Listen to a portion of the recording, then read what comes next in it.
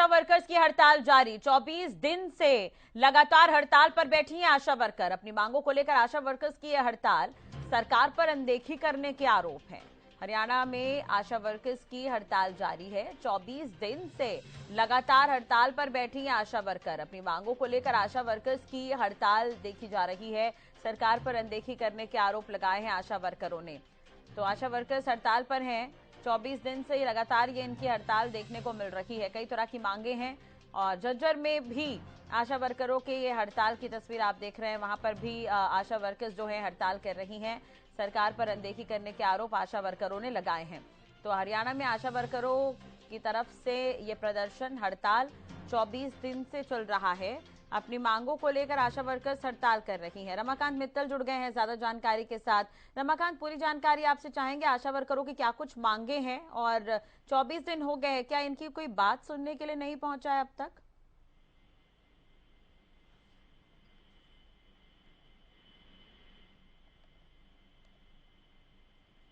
या कोई भी डेलीगेशन से नहीं मिला। हालांकि इन्होंने ये भी कहा कि हमारे अधिकारियों से विधानसभा जब सत्र उससे पहले मिला जाए, लेकिन उसके बाद भी सरकार के द्वारा इनकी अनदेखी की गई और फिर उसके बाद उन्होंने एक प्रोग्राम बनाया कि 28 तारीख को विधानसभा घेराव किया जाएगा और उसके बाद में पुलिस की और आशा वर्करों की जबरदस्त भिड़ंत भी हुई थी। उसमें 2 आशा वर्कर कहीं ना कहीं वहां जी। उनकी मौत भी हो गई थी। और जब आशा वर्करों से हमारी बात हुई तो उन्होंने कहा कि हमें उनका मुआवजा चाहिए, तकरीबन 1 करोड़ रुपए उनके परिवार को चाहिए और एक सरकारी नौकरी, ताकि उनके परिवार को गुजर बसर हो सके। इन्होंने कहा कि रैंडमली हमारी मांग ऐसा नहीं है कि हम लोग अभी अचानक से मांग रहे हैं। हम सालों से इस मांग को लेकर कहीं ना कहीं सरकार के समक्ष अपनी बातें लगातार रखते रहे कि लेकिन सरकार है कि वो लगातार कहीं ना कहीं अनदेखा कर रही है उनकी जो नॉर्मली मांगे हैं। हालांकि उन्होंने कहा कि जब कोरोना आया था तो हमें कोरोना योद्धा, कोरोना वॉरियर्स बताया गया था, लेकिन उसके बाद हमें इस बदहाली में फिर से सरकार ने छोड़ दिया। तो कहीं ना कहीं सरकार को इस ओर ध्यान देना भी चाहिए। लगातार 24 दिन होने के बावजूद भी सरकारी डेलीगेट्स अभी तक भी आशा वर्करों से बात करने को तैयार तक नहीं दिखा।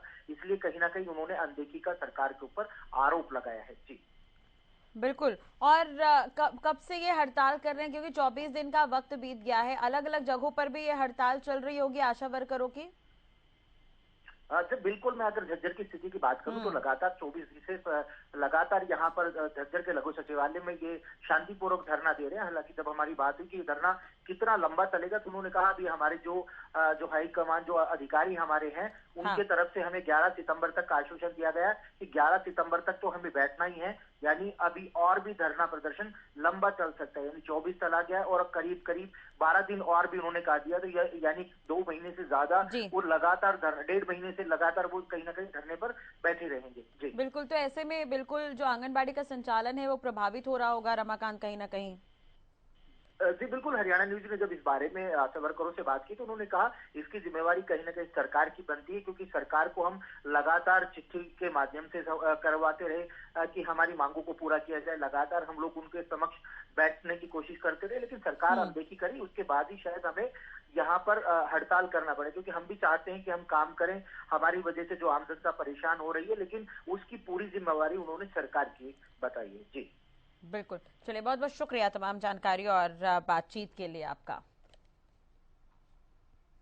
तो 24 दिन से लगातार हड़ताल पर हैं आशा वर्कर और अब तक इनकी बात सुनने के लिए कोई पहुंचा नहीं है। आगे भी ये हड़ताल चल सकती है। अपनी मांगों को लेकर आशा वर्कर यहां पर हड़ताल कर रही है। आंगनबाड़ी का संचालन इससे प्रभावित हो रहा है।